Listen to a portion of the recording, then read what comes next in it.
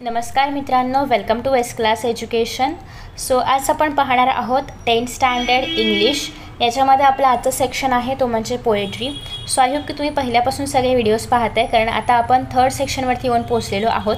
आतापर्यंत आपण कशा पद्धतीने अभ्यास करायचा वगैरे किंवा डूज आणि डोंट्स काय आहेत प्रत्येक सेक्शनमधले ते आपण पाहिलेलं आहे आणि आय होप की तुम्ही सगळे व्हिडिओज फॉलो करताय.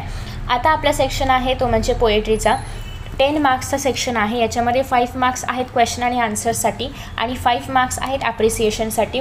सो तुम्हाला जर ॲप्रिसिएशन कसं लिहायचं याच्यावरती सेपरेट व्हिडिओ हवा असेल तर प्लीज मला खाली कमेंट्समध्ये सांगा, जेणेकरून मी तो व्हिडिओ अपलोड करू शकते. त्यासोबतच तुम्हाला जर प्रत्येक पोएमचं ॲप्रिसिएशन हवं असेल तर तसंही तुम्ही खाली मेन्शन करू शकता. मी ते सुद्धा अपलोड करण्याचा प्रयत्न करेन.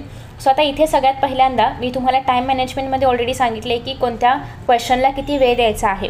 आय होप की तुम्ही तो व्हिडिओ पाहिला असेल. नसेल तर प्लीज चेकआउट करा, डिस्क्रिप्शन बॉक्समध्ये अवेलेबल आहे.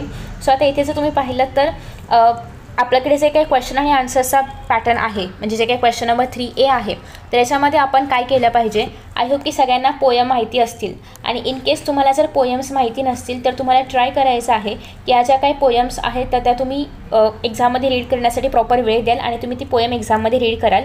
आणि त्याच्यात आता आपण क्वेश्चन्स बघतो आहे.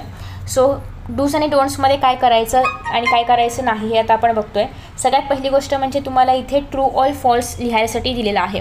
सो ट्रू ऑर फॉल्स लिहिताना फक्त ट्रू फॉल्स असं डिरेक्टली नाही लिहायचं.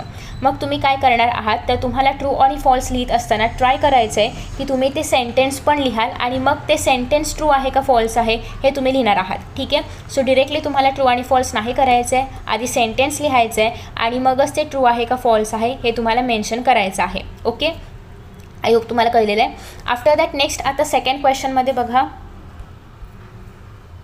तुम्हाला वेब डायग्राम विचारलेला आहे. तर प्लीज ज्या पॅटर्नमध्ये तुम्हाला वेब डायग्राम दिलं आहे क्वेश्चन पेपरमध्ये सेम पॅटर्नमध्ये तुम्हाला ड्रॉ करायचं आहे आणि मगच त्याच्या आतमध्ये आन्सर्स लिहायचे आहेत. कोणीही पॅटर्न नाही चेंज करणार आहे वेब डायग्रामचा. जसं दिलं आहे सेम पॅटर्नमध्ये तुम्हाला सॉल्व करायचं आहे. ओके, आफ्टर दॅट नेक्स्ट आहे write 2 pairs of rhyming words. So 2 pairs लिहायचे म्हणजे 2 पेअर लिहायचे, 4 एकूण शब्द असले पाहिजेत.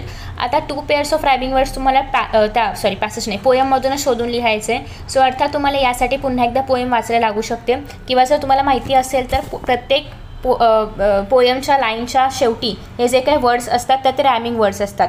फॉर एक्झाम्पल गो नो असेल किंवा ग्लो नो असेल किंवा व्हाईन माइन असेल तर हे सगळे शब्द कसे आहेत रॅमिंग वर्ड्स आहेत. सो तुम्ही पेपरच्या लाईनच्या एंडवरून पण तुम्हाला हे सगळे शब्द जे आहेत तर ते मिळत आहेत. ठीक आहे. त्याच्यानंतर तर या ठिकाणी आपले जे 5 मार्क्सचे क्वेश्चन आणि आन्सर्स आहेत तर ते पूर्ण झाले. नेक्स्ट आता आपण बघणार आहोत की ॲप्रिसिएशन.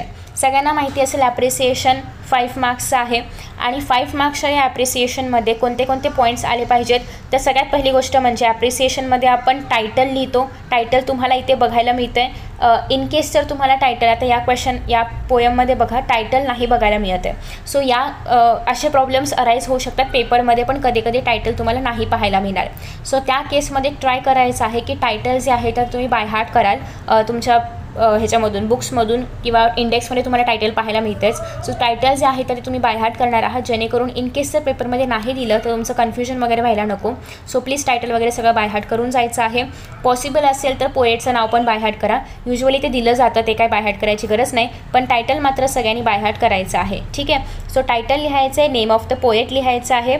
त्यानंतर राईम स्कीम आय होप सगळ्यांना फाइंड आउट करता येते. नसेल येत तर प्लीज खाली कमेंट बॉक्समध्ये सांगा, मी त्याच्यावरती ही व्हिडिओ अपलोड करण्याचा प्रयत्न करणार आहे. ठीक आहे.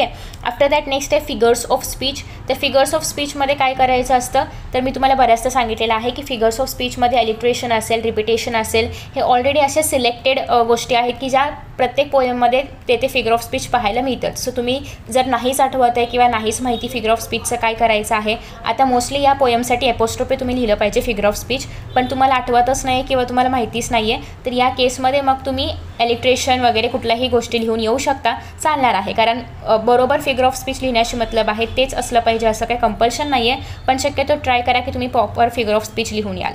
ओके. आफ्टर दॅट नेक्स्ट आता आपण बघतोय की लास्ट क्वेश्चन जो आपला असतो याच्यामधला 2 मार्कांचा, तर तो असतो सेंट्रल आयडिया किंवा थीम लिहायचं. आता थीममध्ये आपण काय करतो की त्या पोयममध्ये जे काही सांगितले किंवा जो काही टॉपिक आहे, जो काही सब्जेक्ट आहे पोयमचा, तो आपण याच्यामध्ये लिहितो.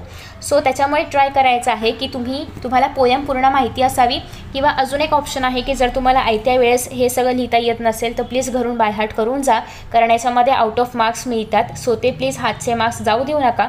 इन केस तुम्हाला नाही माहिती कसं लिहायचं तर तुम्ही कुठल्याही डायजेस्टमधलं हे आपलं काय असतं ते नवनीचे 21 सेट्स जे आहेत त्याच्यामधलं कुठलेही बुकमधलं तुम्ही रेफर करू शकता. आणि तुम्हाला हवं असेल तर मी पण अपलोड करेन. प्लीज हे सगळं कमेंट बॉक्समध्ये मेन्शन करा, किंवा सो दॅट मला कळेल की मी कोणते व्हिडिओज अपलोड केले पाहिजेत. किंवा तुम्हाला माहिती असेल तर टेलिग्रामवरती डिस्कशन पण मी ऑन केलेलं आहे, सो तुम्ही तिथे पण डिस्कस करू शकता. ठीक आहे. सो अशा पद्धतीने आपण 2 मार्क्ससाठी किती लिहिलं पाहिजे तर साधारणतः मिनिमम सांगेन मी, मॅक्सिमम तुम्ही किती पण लिहा, पण मिनिमम 5 लाईन्स तरी तुम्ही लिहिलं पाहिजे central idea. Minimum 5 lines, maximum तुम्ही 7, 8, 9, 10 किती पण लिहू शकता. ठीक आहे. सो 5 लाईन्समध्ये ट्राय करा की तुम्ही जे काही लिहाल ते प्रोडक्टिव्ह लिहाल, म्हणजे खूप सिम्पल सेंटेन्सेस नकोत. ट्राय करा की तुम्ही जितकं प्रॉपरली लिहू शकता किंवा जितकं मॅक्सिमम तुम्ही लाईन्स देऊन ते एक्सप्लेन करू शकता तेवढं लिहिण्याचा प्रयत्न करायचा आहे. जर तुम्हाला काही रेफरन्ससाठी हवं असेल तर मी नक्की अपलोड करेन. सो आय होप की तुम्हाला हा व्हिडिओ आवडला असेल आणि तुम्हाला एक बेसिक आयडिया मिळाली आहे की आपण कशा पद्धतीने हे जे क्वेश्चन्स आहेत तर ते सॉल्व करायचे आहेत. नेक्स्ट व्हिडिओमध्ये आपण नॉन टेक्स्चुअल पॅसेज खूप महत्त्वाचा आहे त्याच्याबद्दल डिस्कशन करणार आहोत, कारण बऱ्याचदा असं होत नाही की आपण म्हणजे तो पॅसेज रीड केला आणि आपल्याला समजलं, असं मोस्टली नाही होत.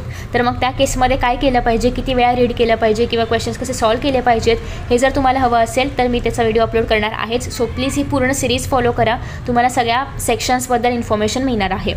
Thank you so much for watching this video and see you in the next video. Bye bye.